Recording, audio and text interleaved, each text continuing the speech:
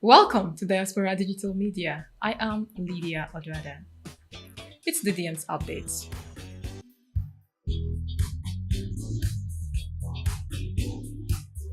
The Joint Admissions and Matriculation Board, JAM, has introduced new method of accepting or rejecting admissions offered to henceforth.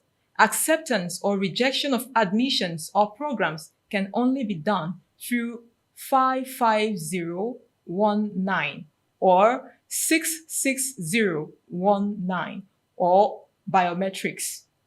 The body disclosed this in its weekly news bulletin released on Tuesday, 2nd April, through its spokesman, Fabian Benjamin, as part of measures to simplify its processes for candidates. The board has put necessary mechanisms in place to ensure that henceforth, all admissions offered by institutions can only be accepted or rejected either through the number 55019 or 66019 channels or by using the candidate's biometrics at any accredited CBT center or JAM office. Through this facility, candidates will be able to accept or reject any admission offer with his or her fingerprints. Therefore, the newly crafted methods of accepting or rejecting admissions are aimed at protecting the details of the candidates and upholding the sanctity of the admissions process, he said.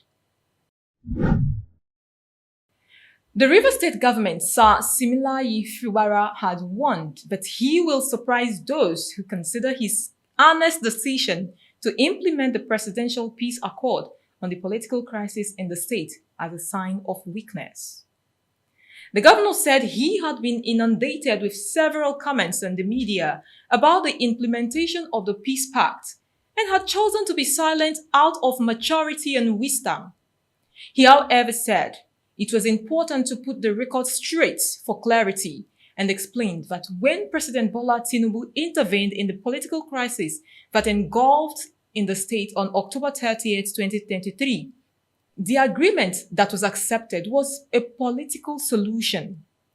The governor of the state said on 3rd of April when he received members of the Nigeria Union of Local Government Employees, NALGE, from the 23 local government areas of River State on a solidarity rally at Government House, Port Harcourt. The governor said he had since then commenced implementation of the Abuja agreement solely because of his respect for President Tinubu, but cautioned that it appears that other political actors have taken his humility and compliance as a sign of weakness. He said, "Let me say it here for record purposes. What is happening here in our dear state is somebody who has respect for an elder. Mr. President invited all parties to Abuja and came out with a resolution that we should go and implement. That resolution, I am implementing it. It is not a constitutional implementation. It is a political solution to a problem. And I am doing it because of the respect I have for Mr. President. But let me say it here. If that action that I have accepted to take will be seen as weakness, I will surprise them. I want this message to go to them," he said. The large number of NALGE members further goes to prove that the nature of organic support his administration has continued to enjoy from the people of River State will continue. Some days ago, somebody said we are busy renting crowd for Thanksgiving. But what I have seen here today is no different from what is seen happening at those Thanksgiving rallies. People are just appreciating God and good governance. The governor stated that he was mindful of the legacy that he would bequeath after his tenure. It should also be about the lives that have been touched genuinely, about the policies implemented without any inducement to better the lives of the people and the society at large. He urged the people to continue to support his administration, show understanding over actions taken, and obey the rules in a peaceful manner. The governor stated that local government workers have started receiving 30,000 naira minimum wage, with promotion to be implemented beginning from with promotions to be implemented beginning from April's salary payment. He also promised to set in motion plans to finalize modalities for the implementation of the consolidated salary scale for grade level 17 and regular payment of benefits to the local government service retirees. He said, "For our people, the great and wonderful people of Rivers State, we will continue to lead you with the fear of God. Maturity is not about age. Maturity is in person. It is what defines the character of a person. I chose not to respond to people that I assumed are mature, but are obviously immature in attitude. I will continue to be mature, not minding my age. I will not, for any reason, allow myself or anybody who is working with me in this administration to be messed up, maltreated, or abused in the course of administering this governance," he concluded. This Rivers State fight between Governor Fubara and former Governor Wike is not clear. What are these two men dragging at the background? Is the former governor not supposed to be busy with being a minister, while the state governor concerns himself with being a governor? What are they both always bickering indirectly for? Well, we don't know what's under, but we tell you what we see, and we'll watch as things unfold. The recent events in Asokoro involving the demolition of an estate have brought to light the complexity of urban development and legal disputes. A High Court of the Federal Capital Territory, FCT, in Abuja criticized the Federal Capital Territory Administration, FCDA, for not complying with a court order that restrained them from demolishing a property owned by Snecco Group Limited. This property, part of a multi-billion naira estate development, became the center of a legal battle when the FCDA proceeded with the demolition despite the court's interim injunction. The court's order aims to protect the claimant's development, which included infrastructure and housing, after they had obtained the necessary approvals and paid the required fees. The situation escalated when the FCDA officials demolished the property while the court order was still in effect, leading to further legal actions and a 7-day extension of the injunction. Chief Nicholas Okachukwu, the property owner of the demolished estate in Asokoro, has vowed that the FCT minister, Nyesom Wike, will pay for all his properties demolished in the Asokoro district of Abuja. Okachukwu alleged that Wike did not only demolish his property because he expressed the belief that the land should not be given to an Igbo man, but because Wike wanted to take the land for himself.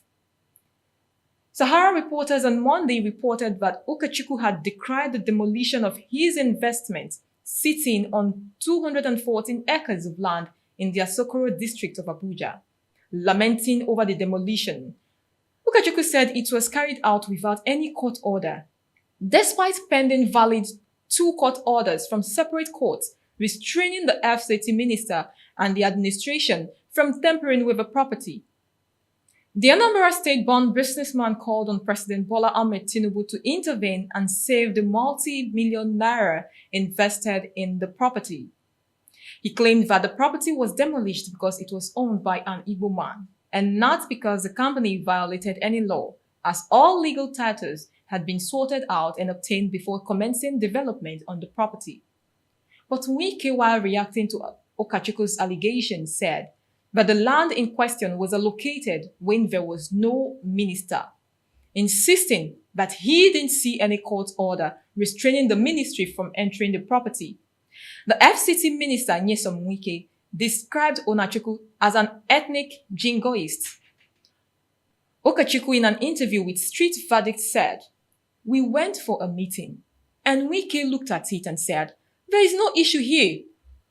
In view of the fact that there is court judgment on it, there is nothing we can do." Until his boys that are fronting for Sunrise took him to those sites. He looked at the site and said, "But how can an Igbo man own this? That he will not allow this to be." Which people is he calling Igbo man? It is not the issue of dispute. It is the issue that Wike is interested in the land and he wants to use proxy to take the land from the back door. He continued, "Quote me anywhere. I am ready to defend whatever I have said." He said it. How can all this land be given to an Igbo man? What is the meaning? If an Igbo man is not qualified to get it, that means he wants to take it. The single kobo that was damaged over this property will be paid by the government, including Wike. Wike will pay it even after the tenure. These individuals are supposed to be held responsible even when they leave government. It is better that he packages and makes sure that everything is paid before he leaves. If not, anyone we didn't collect now, when he comes out from the government, he will still give us the balance. Here is not River State. Onachukwu hinted they will first go for the issue of tampering with the property that was erected. No one can take that land from us. There seem to be more coming. We will keep our eyes open for whatever comes next. Barrister Julius Abure, the national chairman of the Labour Party, LP, recently narrowly escaped an alleged assassination attempt. The harrowing incident occurred at his Abuja residence, where a mysterious fire broke out around 1 a.m. The fire, which occurred in the early hours of Wednesday, 3rd of April, trapped Abure and his family inside their home. According to the LP's spokesperson, Obiora Ifo, the entire family was trapped as the inferno reached the staircase, making it impossible for Abure and his family to escape. However, divine intervention came into play when neighbors and security personnel gallantly pulled down one of the windows upstairs, allowing the family to escape. The fire service arrived shortly after, and Abure and his family were rushed to a private hospital for treatment. Thankfully, the condition is stable. The Labour Party has alleged that the fire was an act of arson, intended as an assassination attempt on Abure. These alarming incidents highlight the need for vigilance and security measures to protect public figures and their families. Investigations are underway, and authorities are working to bring those responsible to justice. As this incident has sent shockwaves through the political landscape, raising concerns about safety of political figures in the country. We hope for a swift resolution and safety for all involved. In a tragic turn of events, a deputy commissioner of police, Gbolahan Olugbemi, was found deceased in his apartment in Ogbomosho, Oyo State. The news of his passing had sent shockwaves through the community and the police force. Olugbemi, who had left Lagos to celebrate Easter in Ogbomosho, was discovered in a state that suggested an untimely and mysterious end. Prior to his death, he was a respected figure within the police force, having served as the area commander of the Area J Command in the Lekki-Ajah axis of Lagos, and as an aide-de-camp to the late Adebayo Alao Akala, a former governor of Oyo State. The circumstances surrounding his death are currently under investigation, with the police authorities yet to release an official statement. The loss of Deputy Commissioner Olugbemi is deeply felt. The ongoing investigations aim to bring clarity to his somber situation and provide answers to the many questions that arise from such unexpected loss. The sudden death of an individual can be attributed to a variety of causes, and without specific details, it is not possible to determine the exact reason for Deputy Commissioner Olugbemi's demise. The ongoing investigation into Deputy Commissioner Olugbemi's death will provide more definitive answers. Update on the investigation into the death of Olugbemi suggests that the incident is being treated as a suspected suicide. Multiple sources report that he was found in his residence with circumstances indicating that he may have taken his own life. The Force Criminal Intelligence and Investigation Department, FCIID, has launched a thorough investigation to uncover the details surrounding his death. This includes interviewing individuals who were among the last to see him alive and examining the scene for any evidence that could shed light on the events leading up to his passing. The police have not yet released any official statement and the investigation is ongoing. It is a sensitive time for all involved, and the authorities are likely taking great care to ensure that the investigation is conducted with due diligence and respect for the deceased and his family. As more information become available, it will be shared with the public in due course. The investigation into Deputy Commissioner Gbolahan Olugbemi's death led authorities to suspect suicide due to several indicators at the scene. Reports suggest that he was found with a noose around his neck, which is a common method of suicide by hanging. Additionally, the absence of a struggle or forced entry often points investigators towards considering suicide as a cause of death. It's also mentioned that despite his successful career, Olugbemi had been battling depression, which is a significant risk factor for suicide. I think it's too early to conclude that it was a suicide. Dig deeper. There could be more. With that, we've come to the end of DDM's update. I am Lydia Odoada saying thank you for staying with us.